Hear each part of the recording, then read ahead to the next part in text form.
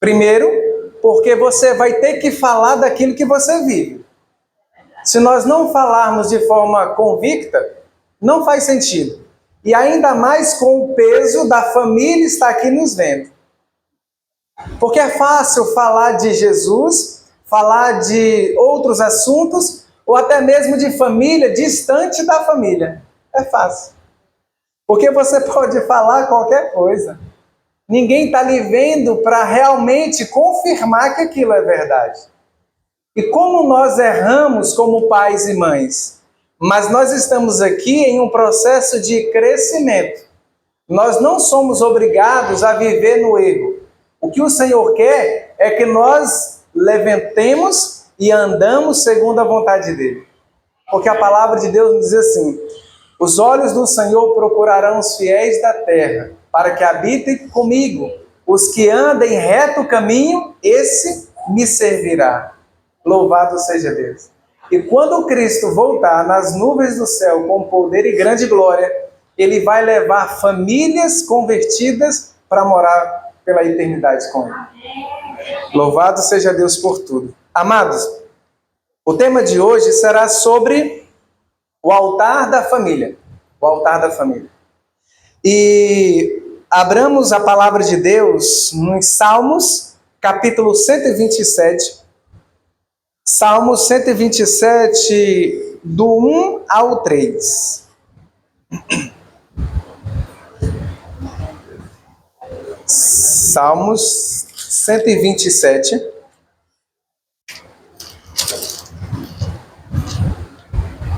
Amém?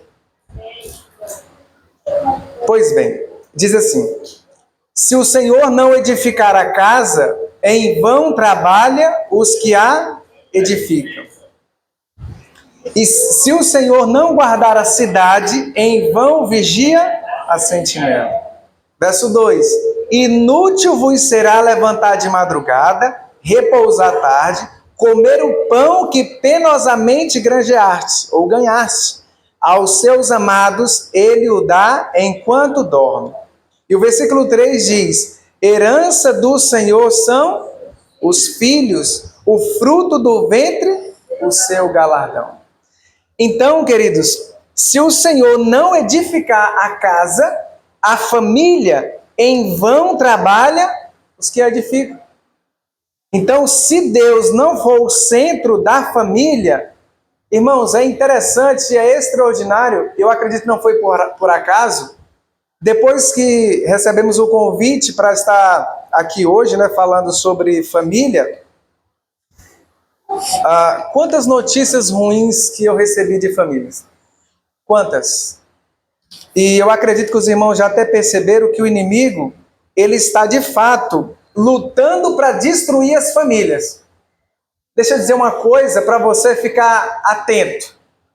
Abra os olhos. Satanás, ele está de olho na tua família. Sabe qual é o maior sonho dele? É destruir a tua família. Ele não quer destruir todos de uma vez. Ele quer apenas destruir um. Porque quando alguém na família não está bem, toda a estrutura é abalada. Toda a estrutura desaba. Veja, que quando você tem uma pequena discussão com o seu cônjuge, aquilo praticamente o dia já não é mais bom. Fica aquele clima ruim, aquela coisa chata, e que se não resolvesse logo, vai criando uma bola de neve. E não deixe passar o dia, o sol se pôr, naquele clima ruim, porque não é bom. Peça perdão um ao outro, se resolva. Entende? Amados, Deus ele está preocupado com a família do seu povo aqui na terra. Ele está muito preocupado, porque Cristo, ele aguarda com fremente desejo a manifestação de si mesmo em seus filhos. E quando o caráter de Jesus se reproduzir no povo de Deus, então ele virá para reclamá-los como seus. Então a volta de Jesus, ela é condicional. Não sei quando Jesus vai voltar, mas ele está perto de voltar. Mas para que Jesus volte, ele vem com um propósito. Ele não vem na dúvida quem eu levo, quem eu não levo. Ele não vem na incerteza. Ele já vem na certeza de quem ele vai levar. E quando Cristo voltar, ele vai levar pessoas preparadas e não pessoas despreparadas. Pessoas que tiveram o caráter transformado à semelhança do dele. Então, por isso que Jesus ainda não voltou. Não sei quanto tempo ainda vai demorar, mas eu creio que está perto. Eu creio que está perto. Para a honra e glória de Deus. E quando ele voltar, ele vai achar fé na terra. Amém? Ele vai achar fé na terra. Em nome de Jesus. Colossenses, no capítulo 3, do 17 ao 19, Colossenses, a palavra de Deus nos diz o seguinte, capítulo 3, do 17 ao 19 fala, e tudo o que fizerem, seja em palavra, seja em ação, façam em nome do Senhor Jesus, dando por ele graças a Deus Pai. Esposas, que cada uma de vocês se sujeite ao seu marido, como convém ao Senhor. E maridos, que cada um de vocês ame a sua esposa e não a trate com amargura. Se o esposo for um cristão, amando a Jesus acima de tudo, não vai ser difícil a esposa se submeter a ele. Qual é a mulher que não se submete a Cristo? Todas.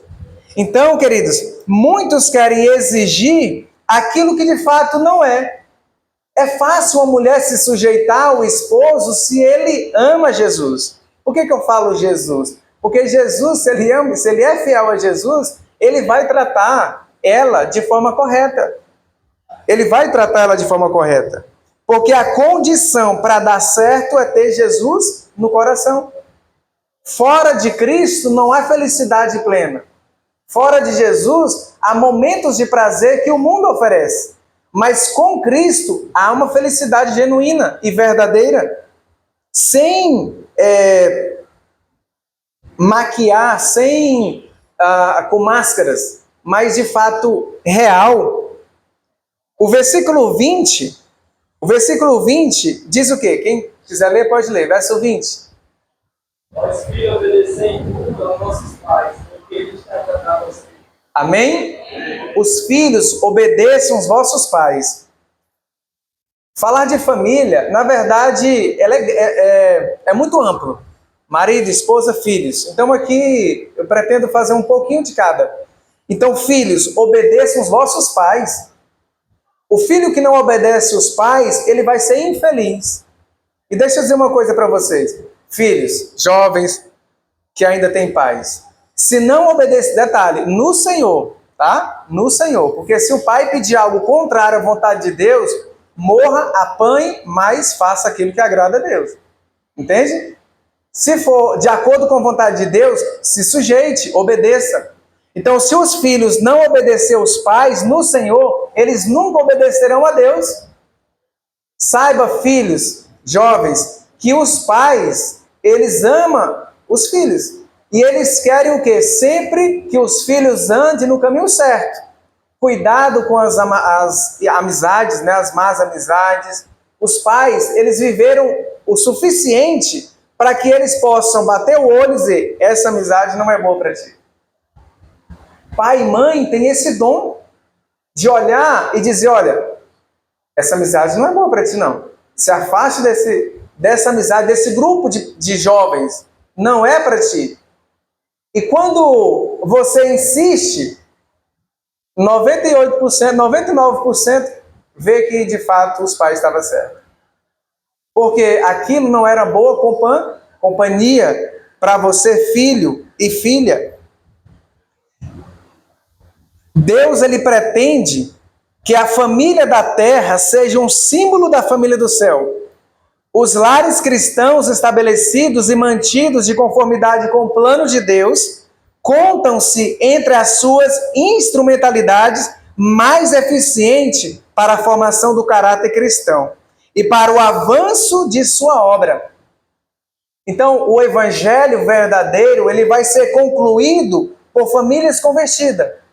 E será pregado este evangelho do reino por testemunho ou para testemunho a todas as nações. Então o fim virá.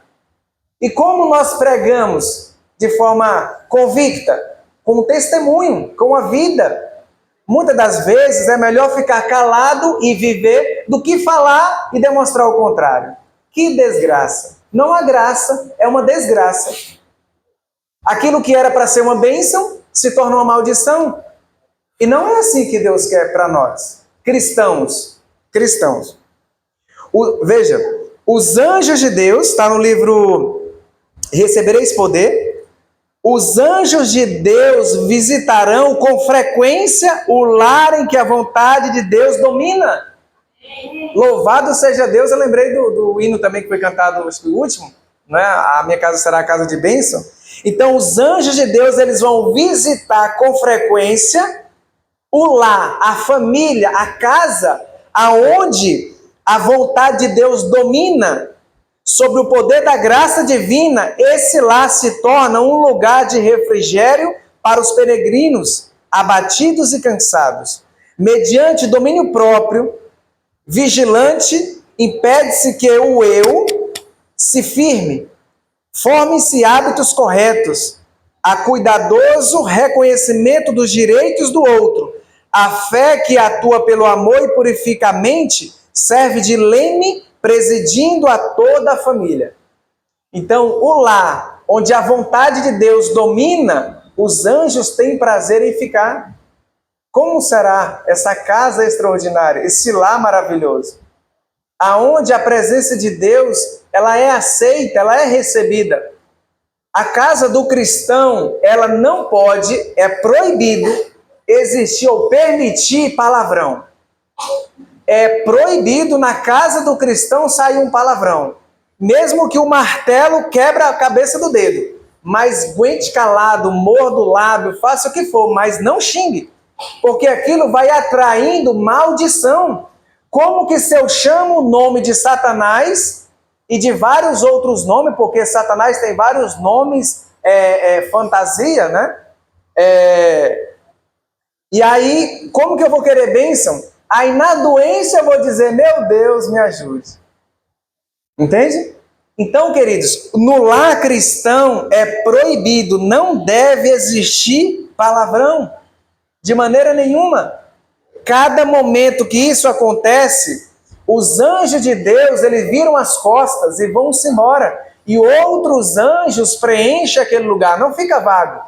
Nada acontece por acaso. Não fica vago, eu não estou com Jesus, também não estou com o inimigo. Engano. Ou é Jesus ou é Satanás, não existe o 2, 3 termos. Ou é branco ou é preto. Ou é Jesus ou é Satanás. E todos querem Jesus habitando no nosso lar. Amém? Ninguém quer o outro ser. Mas para isso nós temos que fazer o quê? Buscar a Deus acima de tudo. Os anjos de Deus que ministram em favor dos que serão herdeiros da salvação ajudarão vocês, a cada um de nós, a tornar a nossa família um modelo da família celestial. Orientação da criança, página 549. Nós não estamos sós, irmãos, nesse mundo. Apesar do sofrimento, das angústias, das provações, da dificuldade, das coisas inúmeras ruins que acontecem em nosso meio, mas compreenda que você não está só no grande conflito entre o bem e o mal. Se você clamar ao Senhor de todo o coração, buscar Ele verdadeiramente, Ele está disposto a te ajudar, disposto a transformar a sua vida. Mas entenda, nem todas as famílias, na sua totalidade, vai de fato ser salva. Essa é a realidade. Eu não vou chegar aqui dizendo que toda a família vai ser salva. Sabe por quê? É o plano de Deus. Porém, Deus ele não pode forçar a esposa ou o esposo a aceitar Jesus. Deus não pode forçar o filho que tem entendimento a se converter a Jesus Cristo. Eu não estou dizendo vir para a igreja. Eu estou dizendo se converter a Jesus. Deus ele não pode forçar. Ele nos dá o livre-arbítrio e ele deixa a nossa disposição aceitá-lo. a aceitá-lo verdadeiramente, por amor. Mas é o plano de Deus levar toda a família para as mansões celestiais. A juventude e a infância de hoje determinam o futuro da sociedade. E os que esses jovens e essas crianças vão ser no futuro depende do lar. Eu vou só mencionar um pouquinho, falar um pouco sobre isso. A sociedade do Brasil está destruída. Olha o retrato do país. Um dos piores no mundo. Crianças de 13 anos grávidas, isso é um absurdo. Pais violentando filhos que têm que ser presos, esses pais.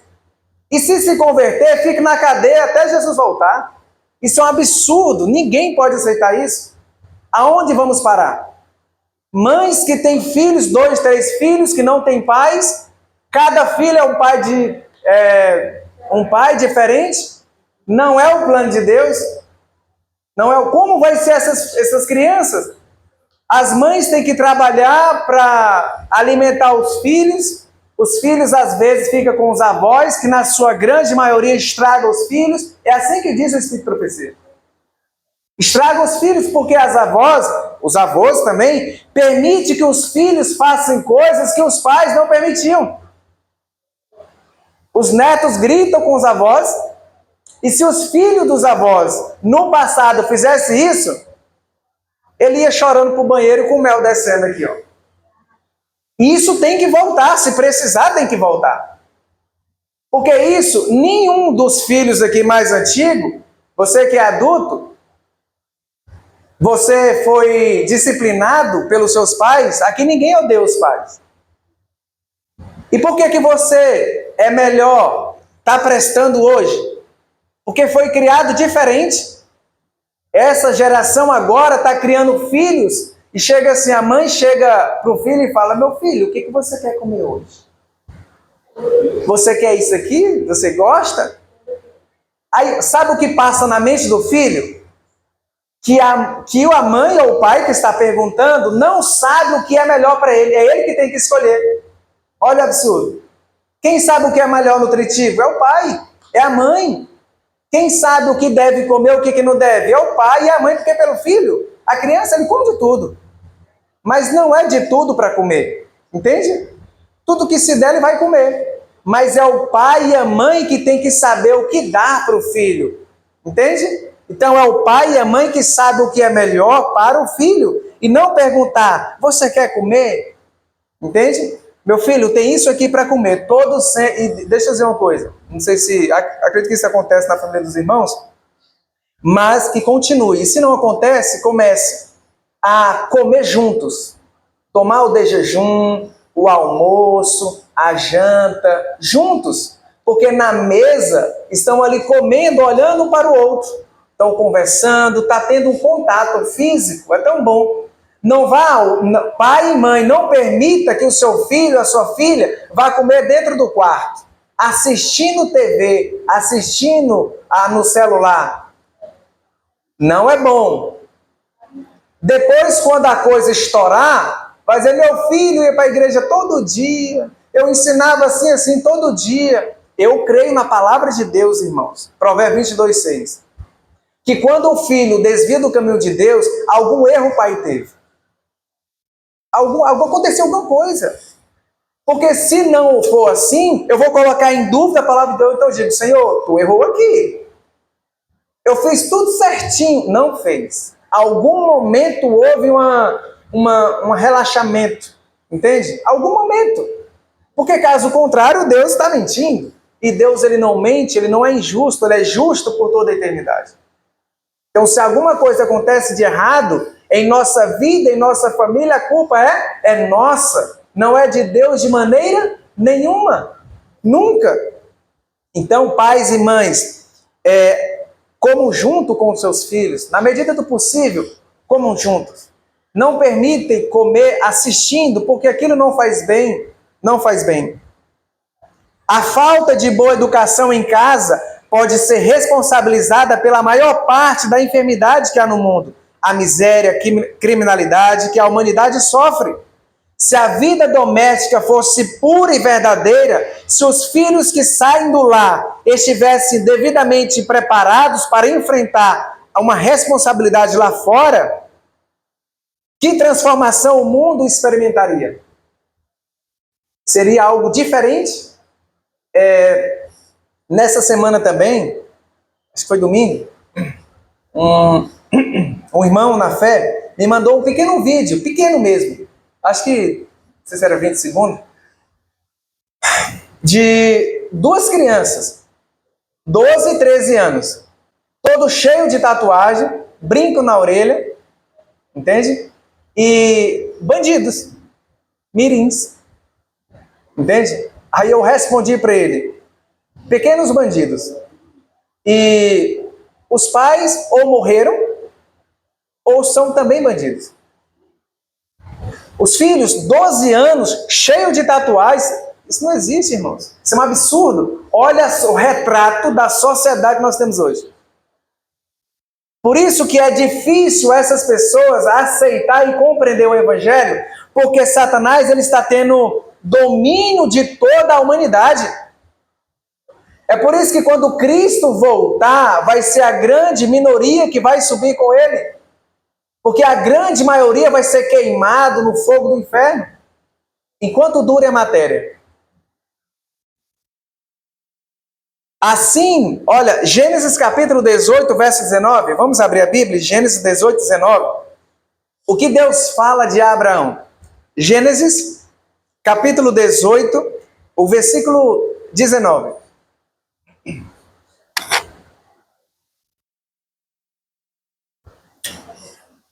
Esse é o plano de Deus para cada um de nós. Diz assim: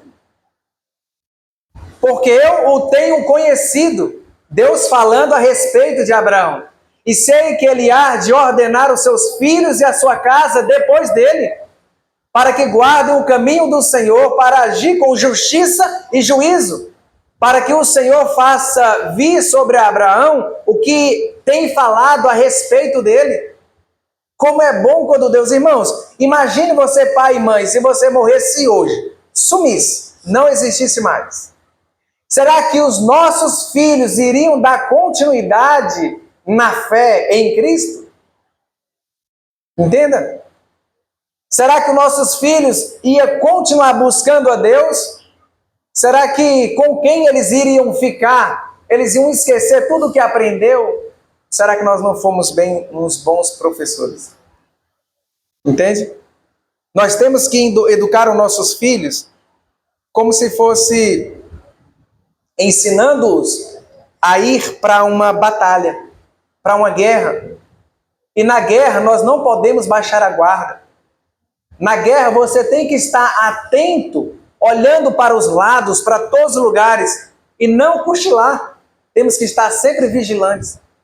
Os nossos filhos, eles têm que ser ensinados que o inimigo, ele domina toda a terra. E qualquer coisa, qualquer passo em falso, é o que o inimigo quer para fazer o quê? Derribar. E nós não podemos ser vencidos pelo inimigo. Assim como Abraão, os pais devem de modo especial ver a si mesmo como instrumentos de Deus para instruir os seus filhos a guardar o caminho do Senhor. Precisam buscar as Escrituras com diligência, a fim de saberem qual é o caminho do Senhor, para que possam ensinar a sua casa. Veja, o que o Senhor pede de cada um de nós? Miqueias capítulo 6, o versículo 8. O que Deus pede de nós? Como pai, como mãe, como filhos também. Miqueias capítulo 6, o versículo 8. Diz assim: o que o Senhor pede de você? Que pratique a justiça, ame a misericórdia e ande humildemente com o seu Deus. Para serem educadores, meus irmãos, os pais devem ser discípulos constantes e recebendo a luz dos oráculos de Deus, levando essa preciosa luz por preceito e exemplo. Deixa eu dizer uma coisa para os irmãos. Os nossos filhos, eles ouvem, porque nenhum é deficiente auditivo. Mas os nossos filhos, eles aprendem muito mais pelo exemplo que damos do que aquilo que falamos. Certa vez, eu viajando para o Ceará, e eu vi uma frase no muro, pintada, um muro branco, e lá estava escrito assim: a palavra incentiva, mas o exemplo arrasta. E aquilo eu nunca vou me esquecer. Se Deus permitir, eu vou morrer com essa frase na mente. E se quando Jesus voltar, eu vou para o céu e essa frase vai ficar. Porque não vai ser apagada nossas boas memórias. A palavra incentiva, mas o exemplo arrasta. Por que a palavra de Jesus, quando ele estava na terra como homem, porque ele falava com autoridade? Porque a vida dele era em harmonia com aquilo que ele falava. Por isso que as pessoas ouviam e não tinha como ir contra o que ele estava dizendo. Porque ele foi um exemplo em todos os sentidos.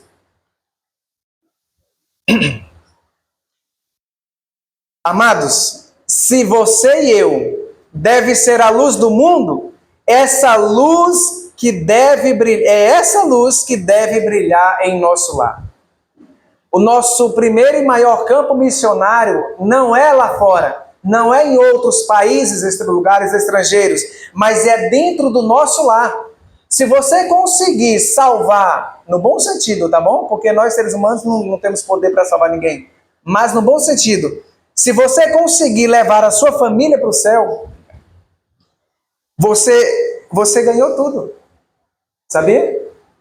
E Deus vai ficar muito feliz com você. Porque você cumpriu a sua missão pela qual Deus te colocou como mãe e como pai. Deus vai ficar muito feliz. Ah, eu não consegui levar, 2, 3, 300 pessoas, mas eu consegui levar a minha família para o céu. E Deus vai ficar feliz porque você cumpriu a missão pela qual Deus te colocou. Eu não estou dizendo para você agora falar, não dou mais estudo bíblico, faço mais nada, fico só dentro de casa com meus filhos, ensinando e tal. Não é isso. Mas o que eu estou dizendo é a prioridade. Entende? A prioridade. Se não der para... Um exemplo, tem duas opções. Aqui com a família, ensinando, instruindo, ou lá fora com outra pessoa. Escolha aqui dentro. Entende? Escolha aqui dentro. Porque é o melhor lugar para você estar, para instruir e para falar, e para que a sua luz brilhe no seu lar. Aqui deve exemplificar as graças cristãs. Veja, ser amável, paciente, bondoso e firme. Eu não sei se os irmãos já perceberam, mas eu gosto de ordem. Para mim, uma das melhores coisas, com todo carinho, com todo respeito, não recomendo ninguém ir, porque não é a vontade de Deus agora, eu sabendo. Mas para mim, uma das melhores coisas foi ter entrado para as Forças Armadas. Porque lá nós aprendemos a ordem. Entende? Lá tem ordem. Eu estou querendo juntar, ter um equilíbrio, entende? Não é aquela coisa, porque lá acontece muitas coisas erradas. Lá Satanás reina lá dentro, entende? Mas tem coisas positivas. E no céu, a ordem reina. No céu não vai ser uma bagunça. Na igreja não pode ser uma bagunça, é organizado. É tudo organizadinho. No céu também. É interessante que no santuário terrestre, quando ainda estava em vigência, antes da morte de Cristo, existia ali as 12 tribos. Então estava o santuário no centro, e tinha 3 aqui, 3 aqui, 3 aqui, 3 aqui, tudo organizado para qualquer peregrino, qualquer pessoa que quisesse chegar ao santuário, a tenda da congregação, ele poderia pegar qualquer caminho, qualquer rua que ia bater no santuário. É tudo organizado. Deus é o Deus da organização. Deus ele não faz nada na bagunça. Por isso que os hinos têm que ser com reverência, não com gritaria. Por isso que o culto ao Senhor, ele tem que ser um culto racional e não aquele culto gritando, pulando, rodando, que aquilo não é o Espírito Santo, e sim o Espírito de Satanás. Quando alguém pula, roda, fala em línguas estranhas, que de fato é estranha. Entende? Então aquilo não é a presença de Deus. Então tem que haver no lar Amor, paciência e bondade. E firmeza. A firmeza, ela vem para coroar todas as outras coisas, no sentido de organizar. No sentido de organizar. Existem muitos pais amoráveis, só que muitos pais com mão aberta, demais. Não tem aquele pai que é demais, a mão aberta? Tem mãe que é demais, né? Tem que ter uma firmeza. Você tem que deixar o filho fazer certas coisas para que ele possa começar a andar com as próprias pernas. Mas você também tem que ter um momento de dizer, passou até aqui. Entende? Porque o filho vai se sentir protegido, amado por você. Quando o filho é deixado sair de casa de noite, sei lá, sai 7 horas, volta 10, 12 horas da noite, e o pai nem pergunta onde estava, aos poucos o filho começa a pensar, será que meu pai e minha mãe me amam mesmo? Ele nem pergunta com quem eu estava, por que eu cheguei a esse horário? Pergunte como foi na escola que você aprendeu hoje, o que foi o lanche lá? Os pais têm que perguntar. Como que foi lá? E outro, o pai, ele conhece no semblante do filho quando algo está errado. E quando o filho está mentindo, a mãe, ela acerta. Os pais nem todos, né? Mas a mãe, ela parece que adivinha o que está dentro, né? Ela acerta. Deus, ele deu isso para as mães, né? Deixe que a luz da graça celestial irradie o seu lar, o seu caráter também, que deva ser a luz do sol do lar. O grande movimento da reforma deve começar com a apresentação dos princípios da lei de Deus aos pais e mães e filhos. Pais, Deus deseja que eu e você tornem a nossa família uma amostra da família celestial. Guardem os seus filhos, sejam bons, ternos para com eles. Pai e mãe e filhos devem estar unidos pelos elos dourados do amor. Uma família bem ordenada e disciplinada nos caminhos do Senhor vale mais do que 1000 sermões que são pregados. Uma família ordenada, queridos, você está sendo observado. Quantos pais e mães, veja, a nossa vida é um sermão a ser pregado. A nossa vida é um sermão a ser pregado onde nós estamos. E eu vou passar agora um pequeno vídeo, acho que muitos aqui já conhecem, mas tire lição. Imagine que você nunca viu esse vídeo. Tire lição desse pequeno vídeo, é de 2 minutos só, 2 minutos e um pouquinho. Preste bem atenção, pais e mães. Estamos sendo observados.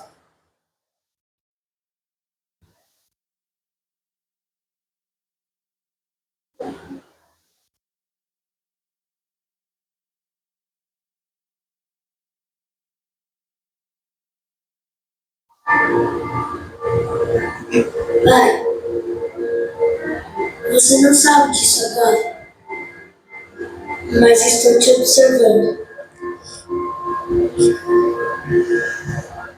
Observando cada coisa que você faz. Observando como trata as pessoas, o modo como você trata a mamãe, meu irmão e a mim. O modo como vive está tendo um grande impacto em mim. Quando chegar a minha hora de escolher uma profissão e prover para a minha família, a sua ética no trabalho está em minha mente. O tempo que você passa comigo, mesmo que fazendo algo bom, fará com que eu me sinta mais confiante. Haverá momentos em minha vida em que lutarei com a minha integridade. Talvez eu não esteja certo do que fazer, mas me lembrarei de como defendia aquilo que era correto, mesmo quando podia ter olhado para o outro lado. Alguma dessas coisas que você está fazendo, eu também farei. E por favor, não tenha medo de me mostrar seus fracassos. de mostrar seus erros. Eu aprenderei com eles. Pai, você está me ouvindo? Eu estou observando. Observando se você realmente crê naquilo que fala sobre Deus. E eu preciso da sua ajuda para me mostrar o caminho. Um caminho que não é fácil, mas é o certo e o melhor. Eu estou te observando, Pai, todos os dias. Você está me ensinando como viver, ainda que não saiba.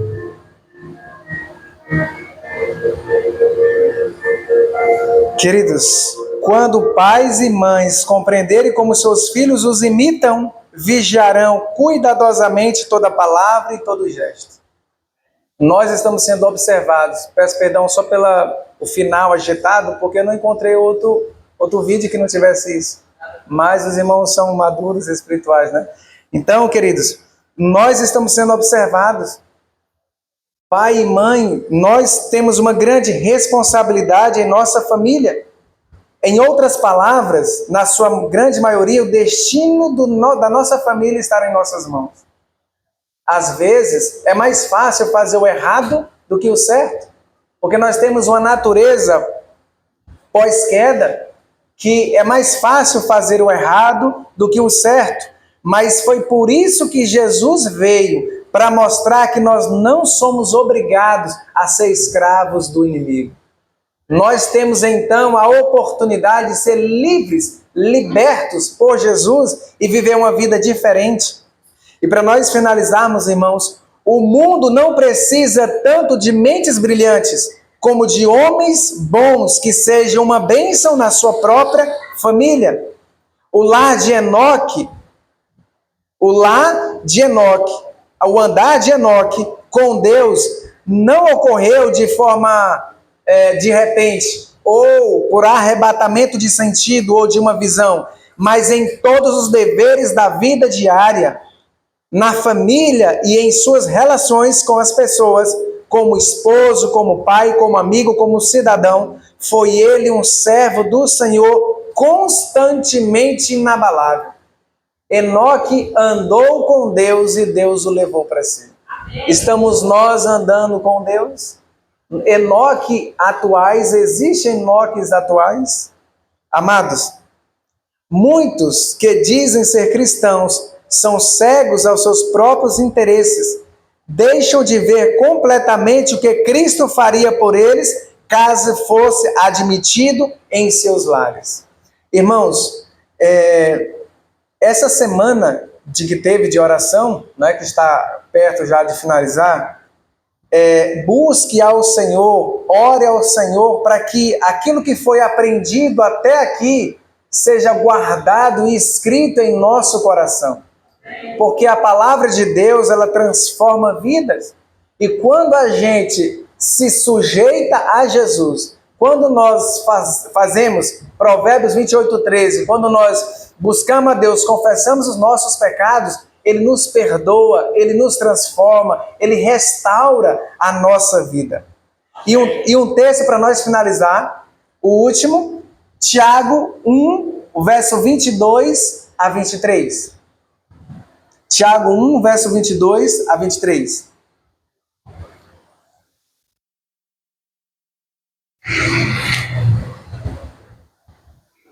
Esse texto é um texto forte para cada um de nós. E sede cumpridores da palavra, e não somente ouvintes, enganando-vos com falsos discursos. Verso 23. Porque se alguém é ouvinte da palavra e não cumpridor ou praticante, é semelhante ao homem que contempla ao espelho seu próprio rosto natural. Verso 24. E por último, porque se contempla a si mesmo e vai-se e logo se esquece de como era. Irmãos, praticar a verdade, nós temos que praticar a verdade. Não adianta estudar a palavra de Deus se não a colocarmos na prática em nossa vida. Cristianismo verdadeiro não é conhecimento teórico, é viver a verdade, é testemunhar aos outros, não apenas por palavras, mas por princípios, pela nossa vida diária, pela nossa maneira de falar, de vestir, de se comportar, de ser educado, entenda? Você jovem, todos os jovens aqui que aqui estão, nunca fique sentado se do seu lado, no hospital, no ônibus, seja lá onde for, estiver alguém mais velho que você, em pé, dê o lugar, ceda o lugar. Você consegue passar 4 horas em pé, sem se escorar. Você consegue. Você não vai desmaiar.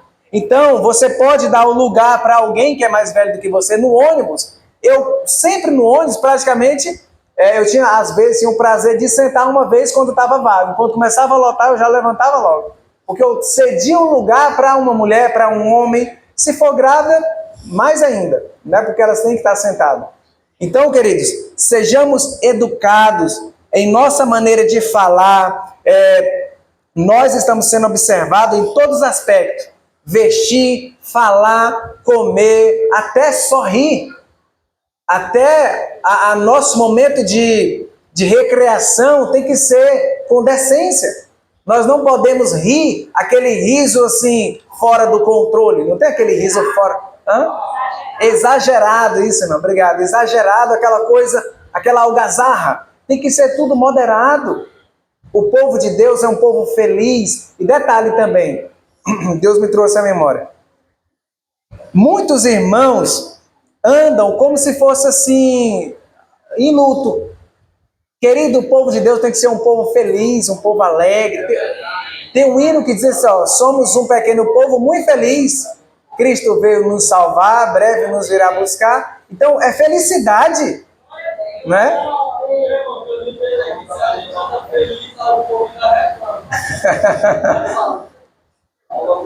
Então, assim, tudo com dessa. Então, o povo de Deus tem que ser um povo feliz, tá bom? Não triste, aquela coisa no automático, mas tem que ser natural. Amém? Queridos, que o Senhor nos ajude, que Ele nos abençoe.